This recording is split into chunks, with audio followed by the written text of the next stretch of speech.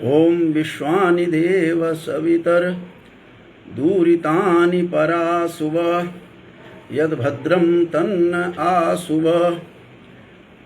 आज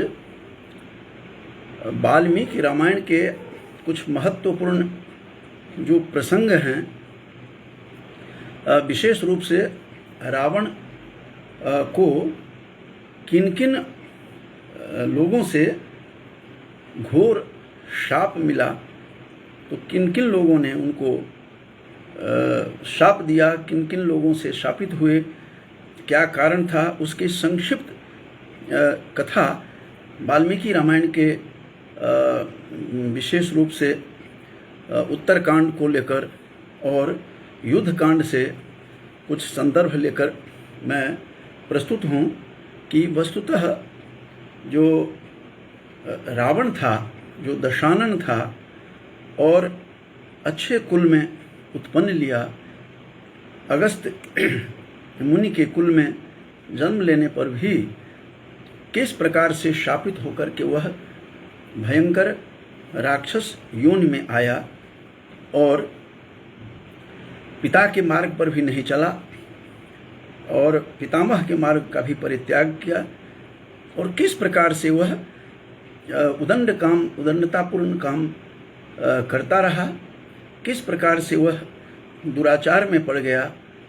और जो ऐसे अन्यायी दुराचारी जो होते हैं वे अल्पायु भी होते हैं, ऐसा स्मृति ग्रंथों को देखने से हमें समझ में आती है बात। तो किस प्रकार से जो रावण था, जिसका नाम रावण नाम भी शिव ने ही, उनका शंकर ने रखा, जो रेफरेंस हमें बालकांड के वाल्मीकि रामायण के उत्तरकांड का जो 17वां सर्ग है, उससे यह संप्राप्त है कि किस प्रकार से वह शापित होता रहा, कहाँ कहाँ उसका क्या क्या हुआ, किस तरह से हुआ और रावण नाम विशेष रूप से कैसे पड़ा। यह भी हमें वाल्मीकि रामायण के उत्तरकांड का जो 16 सर्ग है उसके 37 श्लोक पर देखेंगे तो शंकर ने ही उसको रावण का नाम रावण दिया, जो तस्मात् त्वं रावणो नामना राजन भविष्यसि, ऐसा शंकर ने, शिव ने रावण को यह नाम दिया था। उस दशानन को कहा कि हे राजन, तुम्हारा नाम तुमने बहुत जोर से राव किया है, शब्द किया है, क्रंदन किया है, जिसके कारण से प्रकंपित हो गया। और इसके पीछे इसकी कहानी है, उसमें चूंकि मैं नहीं आज जाना चाहता, इसके लिए अलग से बताना पड़ेगा कि रावण का नाम, दशानन का नाम रावण किसने दिया। यह शिव शंकर ने दिया। शंकर के कैलाश पर्वत को उठाकर इसको फेंकने लगा तो हलचल हुआ। हलचल होने के कारण उसके जो दोनों हाथ उसमें दब गए। शिव जी ने अपने अंगुष्ठ से थोड़ा दबाया और छटपटाता रहा। ये उत्तर कांड जो है वाल्मीकि रामायण का, उसकी कथा है। और 1000 वर्ष तक वह तप किया उसी अवस्था में। पर्वत के समान उसके आकार थे, हाथ भी ऐसे ही थे जिसकी चर्चा हुई है। तो फिर तप करने के बाद प्रसन्न होते हैं शिव शंकर और उसको हाथ को छुड़ाते हैं। उस पहाड़ के जो अंदर दबा हुआ था, दबे हुए थे, उनके हाथ दबे थे, उनकी भुजाएं दबी थी। तब उन्होंने चिल्लाया, इतने जोर से चिल्लाया जिसके कारण राव किया, क्रंदन किया, इतना क्रंदन किया कि उसका नाम उन्होंने रावण रखा। और शिव ने कहा कि तस्मात् तुम रावणो नामना राजन भविष्यसि, कि आज से तुम्हारा नाम ही रावण होगा। राव कहते हैं चित्कार को, चित्कार किया था इसके कारण। चूँकि अस्तु आज का मेरा यह प्रतिपाद्य नहीं है, आज का मेरा प्रतिपाद्य विषय यही है कि किस प्रकार से अलग अलग वाल्मीकि रामायण में उसके दुराचार के कारण से, रावण के अत्याचार और दुराचार के कारण कैसे शापित हुआ, उसकी अलग अलग कथा बता रहा हूँ। उसी वाल्मीकि रामायण के विशेष रूप से उत्तरकांड और ब्रह्मा के शाप से ही शुरू करता हूँ। यह युद्ध कांड का है वर्णन, वाल्मीकि रामायण के युद्ध कांड में 13 और उसमें 14 जो है इसका जो दिखा रहा है कि क्या स्थिति थी उसकी, ब्रह्मा ने किस तरह से उसको शाप दिया। और ब्रह्मा ने कहा, ये युद्ध कांड में इसका प्रसंग आया है, स्वयं रावण सुना रहे हैं, महापार्श्व उसका एक योद्धा था, उसने उकसाया सीता के विषय में उसको। तब उसने रावण ने कहा कि मैं सीता के जबरदस्ती बलपूर्वक उसका प्रयोग नहीं करता हूँ, क्योंकि स्वयं रावण सुना रहा है अपने सभी सेनाओं को, सभी मंत्रियों को, और कहता है कि ब्रह्मा ने मुझे शाप दिया। और क्या शाप दिया था कि अद्य प्रभृति, आज से लेकर, याभ्याम, तुम जिसको, याम अन्याम, जिस अन्य किसी कहा गया है बलान नारीम गमिष्यसि, तुम बलपूर्वक किसी नारी के संसर्ग में जाओगे।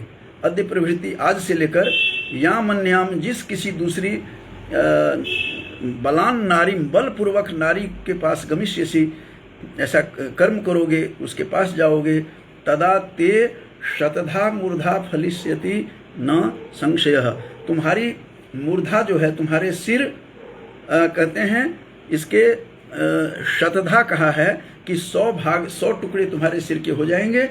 ये युद्ध कांड के का जो वाल्मीकि रामायण के युद्ध कांड का यह प्रसंग है। और उसमें कहा है कि अद्य प्रभृति, आज से लेकर तुम ऐसा यदि काम करोगे तो तुम्हारे साथ यह होगा, इस तरह का अत्याचार जब तुम करोगे किसी नारी को, तो इस तरह से होगा। किसी अप्सरा के साथ उसने दुराचार किया, इस कारण से ब्रह्मा ने ही उनको शाप भी दिया था कि अद्य प्रभृति याम अन्याम, आज से लेकर के याम अन्याम, जिस किसी नारी को, बलान नारिम, बलात् नारिम गमिष्यसि, बलपूर्वक तुम नारी का अपमान करोगे, तदा ते शतधा, 100 टुकड़े हो जाएंगे मूर्धा के तुम्हारे सिर के, फलिष्यति न संशय, इसमें कोई संशय नहीं है। ये ब्रह्मा ने युद्ध कांड में रावण को शाप दिया था। और स्वयं रावण महापार्श्व द्वारा उकसाने पर कि सीता के साथ बल का प्रयोग क्यों नहीं करते हो, तब स्वयं उसने कहा कि ब्रह्मा ने मुझे शाप दिया हुआ है कि अप्सरा का मैंने अपमान किया था, दुराचार किया, और इसके कारण से जो दुराचारी होते हैं, मैं पहले बता चुका हूँ कि उसकी आयु भी क्षीण हो जाती है। ये मनुस्मृति डिमडिम घोष करती हुई मनुस्मृति कहती है कि ऐसे लोगों की, दुराचारी लोगों की जो आयु होती है क्षीण हो जाती है। और आचारात विच्युतो विप्रह न वेद फल मश्नुते, जो कहा है मनुस्मृतिकार ने, मनु ने, कि जो आचार से विच्युत होते हैं, गिर जाते हैं, उसके आचारात विच्युतो विप्रह न वेद फल मश्नुते, वेद का फल नहीं मिलता। फिर वासिष्ठ स्मृति भी कहती है, जिसको भी स्मरण करवा रहा हूँ, कि उसमें कहा गया है वासिष्ठ स्मृति में भी कि जो इस प्रकार के आचरण जिसका शुद्ध नहीं होता है, उस ऐसे व्यक्तियों को कभी भी वेद उसे पवित्र नहीं करते। तो एक जगह है कि वेद न वेद फल मश्नुते, और वासिष्ठ स्मृति में है कि जो इस आचारहीनं न पुनन्ति वेदाः, आचार जो से जो हीन होते हैं उसको वेद पवित्र नहीं करते। वासिष्ठ स्मृति में इस प्रकार का वचन कहा गया है। तो उसी प्रकार से रावण भी बाद में आयु जो इसकी क्षीण होती चली गई, इसके कारण सबसे पहले तो ब्रह्मा ने अप्सरा का अपमान किया, दुराचार किया, जिसके कारण ब्रह्मा ने कहा कि शतधा हो जाएगी तुम्हारी मूर्धा, तुम्हारे सिर 100 टुकड़े में बट जाएंगे। लेकिन कई बार लोग इसको इधर से उधर कोट करते हैं। इसका ध्यान रखना है कि इसी तरह का शाप उसको जो नल कुंवर ने भी दिया था। जो नल कुंवर रंभा का जब अपमान हुआ, नल कुंवर की प्रेयसी थी और नल कुंवर जो था कुबेर का पुत्र था, तो इस दृष्टि से रावण का वह भतीजा था। और पुत्र वधू के साथ जो अपमान किया, वो बार बार रंभा कहती भी रही कि जो रावण को कि हे दशानन, मैं आपकी पुत्र वधू के समान हूँ, क्योंकि मैं नल कुंवर की प्रेयसी हूँ, और इसलिए मैं उनसे मिलने जा रही हूँ सज धज करके, और तुमने मेरा इस तरह से अपमान तुम मत करो। इस प्रकार से बार बार मना करने पर भी नल कुंवर के साथ उसने दुराचार किया, नल कुंवर की प्रेयसी रंभा के साथ, और फिर वह रोती हुई रंभा वहाँ नल कुंवर के पास जाती है। पूछा कि यह क्यों ऐसा हुआ, केन धर्षिता तुम, किसने तुम्हें ये काम किया है तेरे साथ। तब उसने कहा कि रावण ने किया है। तो क्रोध से तमतमा करके लाल हो जाता है। वाल्मीकि रामायण का जो में ये उत्तर कांड जो है उसमें बहुत सारी बातें छिपी हुई है जो स्वयं अगस्त राम से सुना रहे हैं, और उसमें नल कुंवर की भी कथा है कि रंभा का अपमान किया। वाल्मीकि रामायण के सर्ग 26 के 55 श्लोक है। उस श्लोक में वहाँ पर कहा है कि मूर्धा तु सप्तधा तस्य, यहाँ भी बात आई है मूर्धा के सप्तधा शब्द का प्रयोग हुआ है कि 7 टुकड़े हो जाएंगे। तस्य शकली भविता तदा, यदि बिना इच्छा से उस नारी का, किसी भी नारी के साथ तुम जोर जबरदस्ती करोगे, बलपूर्वक प्रयोग करोगे, बल का प्रयोग करोगे, तो मूर्धा तु सप्तधा तस्य शकली भविता तदा, तब तुम्हारे शिर के, तुम्हारी मूर्धा के 100 टुकड़े मूर्धा होगी, अर्थात तेरे मस्तक 7 टुकड़े में, माफ कीजिएगा सप्तधा, यहाँ पर नल कुंवर ने जो शाप दिया वो सप्तधा कहा है। 7 टुकड़ों में तुम्हारे सिर टुकड़े टुकड़े हो जाएंगे 7। लेकिन ब्रह्मा ने जब कहा था अप्सरा का अपमान करने के कारण कि अद्य प्रभृति याम अन्याम, आज के बाद जिस अन्य के बलान नारीम गमिष्यति, बलपूर्वक नारी का प्रयोग करोगे, तुम नारी के साथ गमन करोगे, तो तदाते शतधा, ये ध्यान रखने की बात है कि ब्रह्मा ने 100 टुकड़े की बात कही है। नल कुंवर के शाप में सप्तधा आया है, 7 टुकड़े होंगे। तो कई बार ओवरलैपिंग करके इधर से उधर कोट करते हैं, उदाहरण लोग देते हैं, इसलिए मैं सावधानी से इस बात को बता रहा हूं कि नल कुंवर के शाप में 100 टुकड़े की बात कही गई है कि आज के बाद जिस किसी भी नारी को, और जल लेकर के हाथ में उसने कहा, तो तस्य चूंकि वह दूर खड़ा है नल कुंवर, रावण कहीं और था, और इसलिए कहा है कि मूर्धा तु सप्तथा तस्य माने उस रावण का, शकली भविता तदा, और शकली मतलब टुकड़े हो जाएंगे, और 7 टुकड़े की बात कही गई है। और ब्रह्मा के शाप में शतधा शब्द का प्रयोग हुआ है, 100 टुकड़े होंगे, न संशय की बात कही गई है। तो इस प्रकार से रावण को कहाँ से शाप मिला, जिसमें बहुत सारी कथाएं उत्तरकांड में पड़ी हुई हैं कथा। और उसी तरह से अनरण्य ने भी उत्तरकांड में शाप दिया था रावण को। अनरण्य जो थे रघुकुल के ही राजा थे, और अनरण्य बहुत बलशाली थे, और उसके कुल का भी अपमान किया था, और अनरण्य को रावण ने अंत में मार दिया था, उनकी हत्या कर दी थी। अनरण्य राजा का जो इक्ष्वाकु वंश के थे, जो दशरथ के पूर्वज थे, उनका, उस अनरण्य राजा का ये कथा वाल्मीकि रामायण के उत्तरकांड के 19वां सर्ग के श्लोक 29 और 30 में ये सारी बातें कथा ये पड़ी हुई है वहाँ। तो अनरण्य जो राजा था उसके साथ घोर युद्ध होता है रावण का, और रावण को उसने अंत में उसको पराजित किया, और रावण ने अनरण्य की हत्या कर दी। तब मरने से पूर्व उसको अनरण्य ने उसको शाप दिया कि रावण, हे दशानन, तुम मेरे कुल का अपमान किया है, तुमने अपमान शब्दों का भी प्रयोग किया है, तुमने मेरे कुल के विषय में, इक्ष्वाकु कुल का तुमने अपमानित किया है, इसलिए तुम्हें उत्पत्स्यते कुले ह्यस्मिन्, ये शाप वचन है कि उत्पत्स्यते, उत्पन्न होगा, कुले मेरे कुल में, ह्यस्मिन् इक्ष्वाकु नाम महात्मा नाम, इक्ष्वाकुओं के वंश में रामो दाशरथिर नाम, एक राम, दशरथ के पुत्र राम उत्पन्न होंगे। ये साफ शब्दों में बहुत हजारों वर्ष पूर्व ये बातें बता दी गई। और मैंने कई बार व्याख्यान में कहा है कि राम कथा जो है, राम ये उनके उद्भव होने से, प्रकट होने से बहुत हजारों वर्ष पहले उन्होंने राम की बात कही गई है कि राम होगा, दशरथ का पुत्र होगा। ये बात शाप देते हुए उन्होंने, गौतम ऋषि ने भी अहिल्या के शाप के समय भी कहा कि हजारों वर्ष के बाद यहाँ दाशरथी राम आएंगे। और फिर तुम्हारे आश्रम में आएंगे। और कई बार लोग गलत ढंग से, तुलसी ने अपना प्रयोग अलग ढंग से किया है कि वो तुम्हारा पाद स्पर्श करेंगे तब तुम फिर अपने मूल रूप में आ जाओगी। ये बात जो शाप देते समय वाल्मीकि रामायण में राम और लक्ष्मण ने ही अहिल्या माता का चरण स्पर्श किया, जबकि तुलसी बाबा ने राम भक्ति के कारण उन्होंने राम का ही चरण स्पर्श उनसे करवाया गया है। लेकिन मूल वाल्मीकि रामायण में इस प्रकार की बातें नहीं कही गई है। मूल वाल्मीकि रामायण में तो यही है कि राम और लक्ष्मण दोनों ने चरण स्पर्श किए माता अहिल्या के। अस्तु ये प्रतिपाद्य नहीं है मेरा आज, लेकिन जहाँ जहाँ कहीं कहीं जो होती है उस प्रसंग को मैं बता रहा हूँ।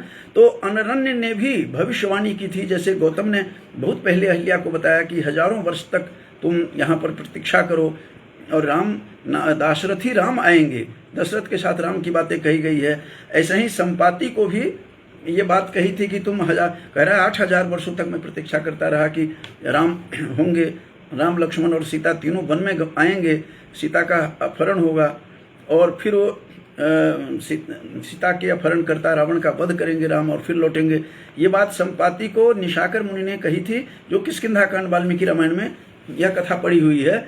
तो इस प्रकार से अनरण्य ने भी शाप दिया था कि उत्पत्स्यते कुले ह्यस्मिन् इक्ष्वाकु नाम महात्मा नाम। इक्ष्वाकु महात्मा के कुल में उत्पन्न होगा। कौन होगा? तो रामो दाशरथिर नामो, राम होंगे दाशरथी, दशरथ से पुत्र पुमान। तो इस प्रकार से दशरथ के जो पुत्र राम होंगे, सौते प्राणान हरिष्यति, वही तेरे प्राण को हरेंगे। तो ये शाप कहाँ कहाँ वाल्मीकि रामायण में रावण को शाप मिला था, तो इसकी कहानी यहाँ अनरण्य ने भी उसको शाप दिया था और कहा कि इससे पूर्व ये 30वां श्लोक है अनरण्य का। 19 उत्तर वाल्मीकि रामायण के उत्तरकांड के शोधकर्ताओं के लिए बताता रहता हूँ कि 19वां सर्ग है, श्लोक नंबर 30 है ये कि रामो दाशरथिर नामो सते प्राणान हरिष्यति, वही तेरे प्राणों को हरेंगे। चूंकि प्राण बहुवचनांत है इसलिए प्राणान हरिष्यति ये 30वां श्लोक है। और इससे पूर्व कहते हैं 29वें श्लोक में, यदि अनरण्य कहते हैं कि मेरे तप दान का पुण्य फल किंचित भी यदि मुझे मिला होगा तो उसके बल पर मैं कहता हूँ कि राम दशरथ कुल के राम दशरथ का पुत्र राम आएंगे और तेरे प्राण हरेंगे। ये अनरण्य ने भी उसको शाप दिया था। अब नंदी ने भी शाप दिया है। यह भी घटना वाल्मीकि रामायण के जो उत्तरकांड का जो सर्ग 16 का 17वां जो श्लोक है, वह नंदी ने भी, नंदी को भी उसने व्यंग किया था रावण ने, और नंदी को कहा कि तुम बंदर जैसा मुख है तेरा। ये वाल्मीकि रामायण के ही उत्तर कांड की ही सारे शाप वचन हैं। केवल ब्रह्मा के शाप को छोड़ करके वो युद्ध कांड में ये प्रसंग आया है। स्वयं रावण अपने अनुयायियों को अपने दरबार में बताते हैं, जब महापार्श्व ने उकसाया उसको कि सीता के साथ बल प्रयोग क्यों नहीं करते हो, तब उसने कहा था कि ब्रह्मा ने मुझे शाप दिया था कि अद्य प्रभृति यामन्याम जो मैंने कहा था बलान नारीम गमिष्यति तदा ते शतधा मूर्धा फलिष्यति न संशय। तो ये केवल युद्ध कांड का है, लेकिन सारे जितने भी शाप का वर्णन आज कर रहा हूँ ये सब उत्तरकांड में वाल्मीकि रामायण के अलग अलग कथाओं में पड़ी हुई है। और ये सारी कथाएं अगस्त मुनि राम को सुना रहे हैं। और अनरण्य की कथा भी आ गई, उन्होंने भी शाप दिया। अब नंदी जो थे, नंदीश्वर महाराज ने भी शाप दिया। जबरदस्ती शंकर के उसमें आश्रम में प्रवेश कर रहे थे वाल्मीकि रामायण के आधार पर, तो उसने भी शाप दिया कि तुम बंदर मुखी बात कह रहे हो, तुम बानर जैसा मुख है मेरा। तो याद रखना, कहा कि उत्पत्स्यन्ति बधार्थं ही कुलस्य तब वानराह। हे रावण, ये तुम याद रखो। तब रावण का नाम रावण भी नहीं था, रावण की इस घटना के बाद हुई है, यह नाम पड़ा है उसका, और शिव ने ही, शंकर ने उसका नाम दिया था। तो कहते हैं कि उत्पत्स्यन्ति बधार्थं ही कुलस्य तब वानराह, तुम्हारे वध के लिए उत्पन्न होंगे बहुत सारे बंदर होंगे, बड़े योद्धा होंगे, नाखूनों और दांतों से अपना प्रयोग करेंगे। सारी बातें वाल्मीकि रामायण के जो उत्तरकांड है उसके सर्ग 16 में ये 17वां मंत्रांग इसका श्लोकांश था जो मैं बताया हूँ आपको। और उसके बाद वेदवती भी शाप देती है। जो वेदवती थी वही जानकी बनकर के आती है। इसका भी संदर्भ हमें वाल्मीकि रामायण के उत्तर कांड में सर्ग 17 में उसने जो शाप वचन दिया है वेदवती ने कि यस्मात् तू धर्षिता चाहम, तुमने मुझे धर्षित किया है, अपमानित किया है, तो या पापात्मना बने, और तुमने इस वन में जो इस प्रकार से प्रयोग किया है बल का प्रयोग, तस्मात् तव वधार्थं ही, तुम्हारे वध के लिए, समुत्पत्स्ये ह्यहम पुनः, मैं दोबारा फिर दूसरे बार फिर तुम्हारे पास इस तुम्हें मारने के लिए, तुम्हारे वध के लिए। आगे बहुत सारी बातें वेदवती बता रही हैं। ये वेदवती ये थी कौन? वेदवती बृहस्पति की पौत्री थी। स्वयं अपना परिचय दे रही है। रावण कहीं जा रहा था, विमान को रोका, तब करती हुई वेदवती को देख करके आश्चर्यचकित हुआ सौंदर्य देखकर। तब जाकर के वेदवती के साथ भी अपमान किया, उसने बाल पकड़ा, जबकि इसके बावजूद भी उसने अर्घ्य आदि से वेदवती ने उसका स्वागत भी किया, जो परंपरा थी, लेकिन उसका मन में विकार उत्पन्न हुआ और उसने उनके बाल पकड़ लिए जबरदस्ती वेदवती के। तो बृहस्पति की पोती थी, पौत्री थी, और ये कुशध्वज की बेटी थी। तो वेदवती को उसके बाल पकड़ लिए, तो अपने बाल को उसने काट करके फेंक दिया स्वयं वेदवती ने, और योगाग्नि में जलती भी है वहाँ। उससे पहले उसने कथा सुनाती, उसको शाप देती है कि यस्मात् तू धर्षिता चाहम, तो या पापात्मना बने, इस वन में जो तुमने, मेरे पापी, तुमने जो इस प्रकार का अपमान किया मुझे, तस्मात् तव वधार्थं ही समुत्पत्स्ये ह्यहं पुनः, मैं दोबारा उत्पन्न लूंगी। और ये सारी बातें बताती है कि मिथिला के जो प्रसिद्ध जो महात्मा हैं उनके घर में आऊंगी। फिर वो वहाँ से ये 2 बार इसकी कथा, इस पर अलग से वेदवती पर मैं व्याख्यान दे चुका हूँ। फिर भी किंचित ये कथा प्रसंग चूंकि शाप का आया है, तो यहाँ से फिर वो मरने के अपने जलने के बाद वेदवती फिर एक कमल पुष्प से जन्म लेती है, यही वेदवती, और अपूर्व सुंदरी के रूप में आती है। फिर उसकी कुदृष्टि पड़ी उस रावण की, रावण उसे उठा करके अपने लंका में ले जाता है। ये सब यही इसकी कथा 17वें सर्ग में उत्तरकांड में वाल्मीकि रामायण के यह कथा वहाँ पर है।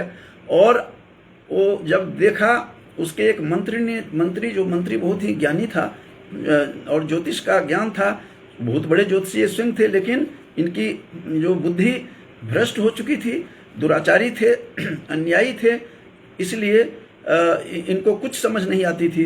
तब उस मंत्री ने कहा कि हे राजन, इसे अभी जाकर के फेंक दीजिए, नहीं तो ये आपके वध का कारण, ये तो मृत्यु है, मृत्यु को उठा कर ले आए हैं। इसका मतलब रावण ने एक बार अपहरण करके सीता जानकी को लंका ले गया। इससे पूर्व भी वेदवती का जो दूसरा जन्म कमल से जो उत्पन्न हुई थी, वही उठा करके रावण ने डर के कारण उस वेदवती जो कमल से पुष्प से निकल कर आई थी, उसको उठा करके उसने समुद्र के पास फेंका। वाल्मीकि लिखते हैं कि वही भूमि मार्ग से, जल मार्ग से, उस समुद्र के मार्ग से और भूमि भाग को से निकलती हुई वो जाकर के राजा जनक के का जो मंडप का मध्य भाग था, वहाँ जाकर के वो विराजमान हो गई, जिससे फिर प्रकट होती है।